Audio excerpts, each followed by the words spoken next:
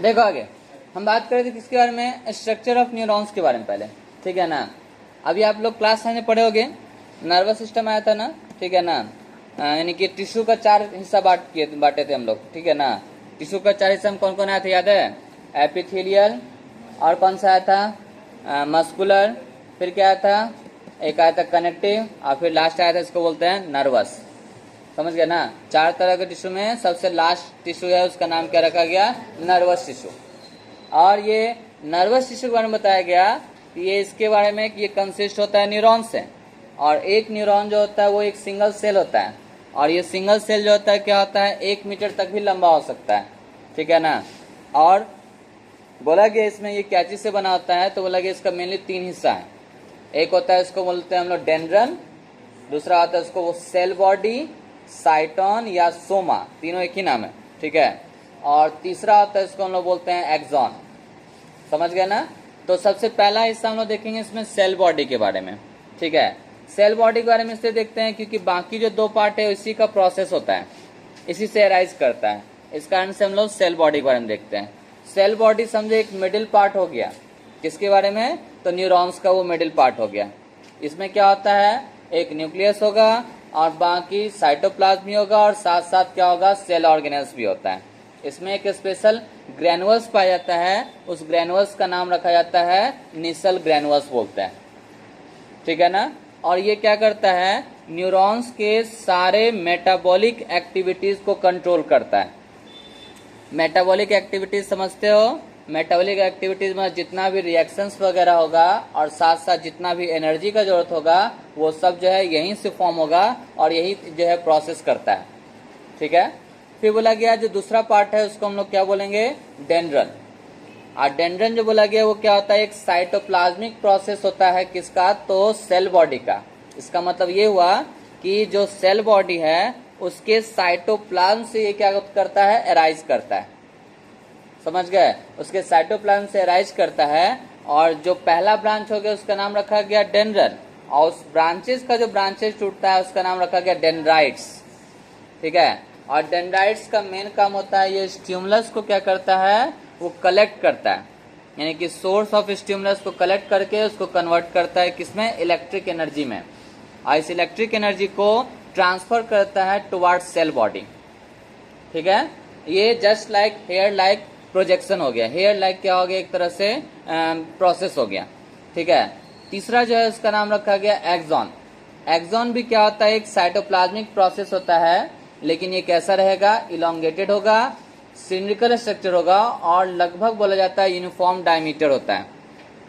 समझे कि नहीं? एक्सॉन जो है उसके बारे में बताया गया, इसके पास जो बाहरला जो मेम्ब्रेन होता है उसको बोलते हैं एक्सोलेमा। समझे कि नहीं? और इधर इसका जो साइटोप्लाज्म होगा एक्सॉन का, जो लिक्विड मटेरियल होगा, मैट्रिक्स जो होगा उसको हम लोग बोलेंगे एक्सोप्लाज्म, ठीक है।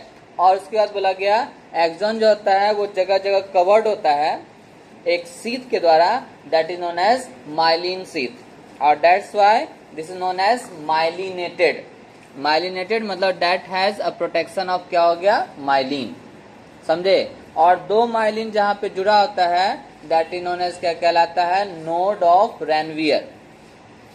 समझे? क्या बोलते हैं उसको? नोड ऑफ रेनवियर बोलते हैं, ठीक है। इधर जो क्या कहते हैं सेल बॉडी था, सेल बॉडी का जो लिक्विड और मटेरियल या मैट्रिक्स होता है उसका नाम रखा था न्यूरोप्लाज्म, और उसका जो सेल मेम्ब्रेन है उसका नाम रखा जाता है न्यूरोलेमा।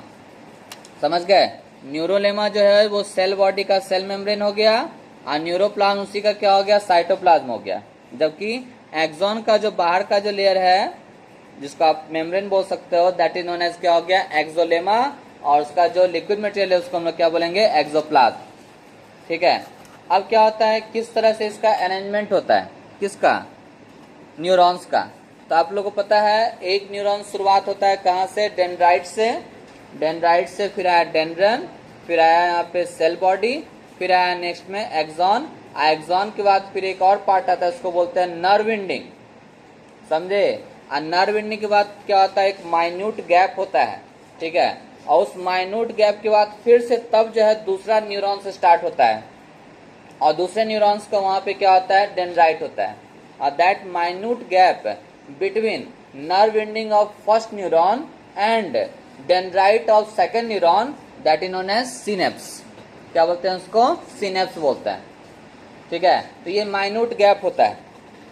ये माइन्यूट गैप एक तरह से भाल्व के जैसा काम करता है. मतलब ऐसा नहीं कि मैसेज जो है वो तुरंत टू गया फिर फ्लो भी आ गया, मतलब ये ब्रेन गया फिर ब्रेन से बाहर आ गया. इस कारण से ये क्या होता है, एक तरह से भाल्व के जैसा काम करता है. समझे कि नहीं? फिर इसका मान लो बोलते हैं हम लोग what is the function of that neuron. तो न्यूरॉन क्या होता है, इसका फंक्शन क्या होता है, तो सुन लो, सिंपल सा बात है. कोई भी जो है, कोई भी किसी भी तरह का सोर्स ऑफ स्टिमुलस हम लोग का जो सेंस ऑर्गन है उसके द्वारा ऑब्टेन किया जाएगा. सेंस ऑर्गन तो आप लोग जान ही रहे हो, हम लोग पास कितना सेंस ऑर्गन होता है? 5 होता है. ठीक है, किसी के पास 6 सेंस भी होता है भविष्य देखने का, है कि नहीं? तो उसको बोलते हैं हम लोग 6 सेंस. लेकिन हम लोग बात करेंगे, हम लोग पास कॉमनली जो है वो क्या होता है, 5 सेंस ऑर्गन होता है. और कौन कौन आता है जान ही रहे हो? टीथ भी आता है ना. हाँ, टीथ. अच्छा, teeth is not sense organ, है ना. अच्छा, जीभ होता है सेंस ऑर्गन, है ना. जीभ इज सेंस ऑर्गन यानी कि टंग. फिर क्या हो गया? नोज, आईज, ईयर और स्किन, है कि नहीं. तो ये सब सेंस ऑर्गन होता है. ये सेंस ऑर्गन क्या करता है, सोर्स ऑफ स्टिमुलस से क्या करता है, एनर्जी कलेक्ट करता है. और this energy is converted into ये इम्पल्स. इस एनर्जी को कन्वर्ट किया जाता है किसमें? इम्पल्स में. और ये इम्पल्स जो होता है वो क्या होता है, सबसे पहले कहाँ पहुंचेगा? डेंड्राइट टिप पे. ये डेंड्राइट टिप इसको कलेक्ट करता है इम्पल्स को और उसको भेज देता है डेंड्रन से होते हुए कहाँ पे, तो सेल बॉडी के पास. सेल बॉडी से इसको ट्रांसफर कर दिया जाता है कहाँ पे? एक्सॉन में. और एक्सॉन में जाने के बाद फिर वहां से होते हुए फिर कहाँ पहुंचेगा वो, तो नर्व एंडिंग के पास. अब जब नर्व एंडिंग के पास जाता है तो वहां पे क्या मिलेगा? गैप मिलेगा. ठीक है, that gap is known as क्या हो गया? सिनेप्स. समझे कि नहीं? ये सिनेप्स होता है. और ये सिनेप्स में क्या होता है कि कुछ केमिकल्स रिलीज किया जाता है नर्व एंडिंग के द्वारा. The chemical release by nerve ending. Nerve ending के द्वारा जो केमिकल रिलीज किया जाता है किसमें, तो उस गैप में, that chemicals is known as neurotransmitter. क्या बोलते हैं उसको? Neurotransmitter. Chemical released by nerve ending at the gap synapse is known as क्या हो गया? न्यूरोट्रांसमीटर. और ये न्यूरोट्रांसमीटर जो होता है फिर ये नेक्स्ट में पहुंचता है, नेक्स्ट न्यूरॉन के डेंड्राइट्स में पहुंचता है. और नेक्स्ट न्यूरॉन के डेंड्राइट्स में पहुंचने के बाद फिर से सिमिलर केमिकल प्रोसेस होते जाएगा. और ये फिर जो है डेंड्राइट्स, फिर ये क्या कहते हैं, सेल बॉडी, फिर एक्सॉन, फिर नर्व एंडिंग, फिर से न्यूरोट्रांसमीटर रिलीज होगा, सिनेप्स को क्रॉस करेगा और फिर से वो तीसरे न्यूरॉन से पहुंच जाएगा. और इस तरह से धीरे धीरे मैसेज जो है कहाँ तक पहुंच जाता है, हम लोग के ब्रेन या स्पाइनल कॉर्ड. और जब ब्रेन या स्पाइनल कॉर्ड में पहुंचता है तो वहां से मैसेज जो है इसी तरह से कुछ आगे आएगा और फिर जो है हम लोग के पहुंचेगा मसल्स और कहाँ तक? ग्लैंड तक. ठीक है ना. तो इस तरह से क्या होता है, हम लोग में कोऑर्डिनेशन टेक्स प्लेस करता है. बोलो, समझ में आया बात है? चलिए, इतना बात हो गया.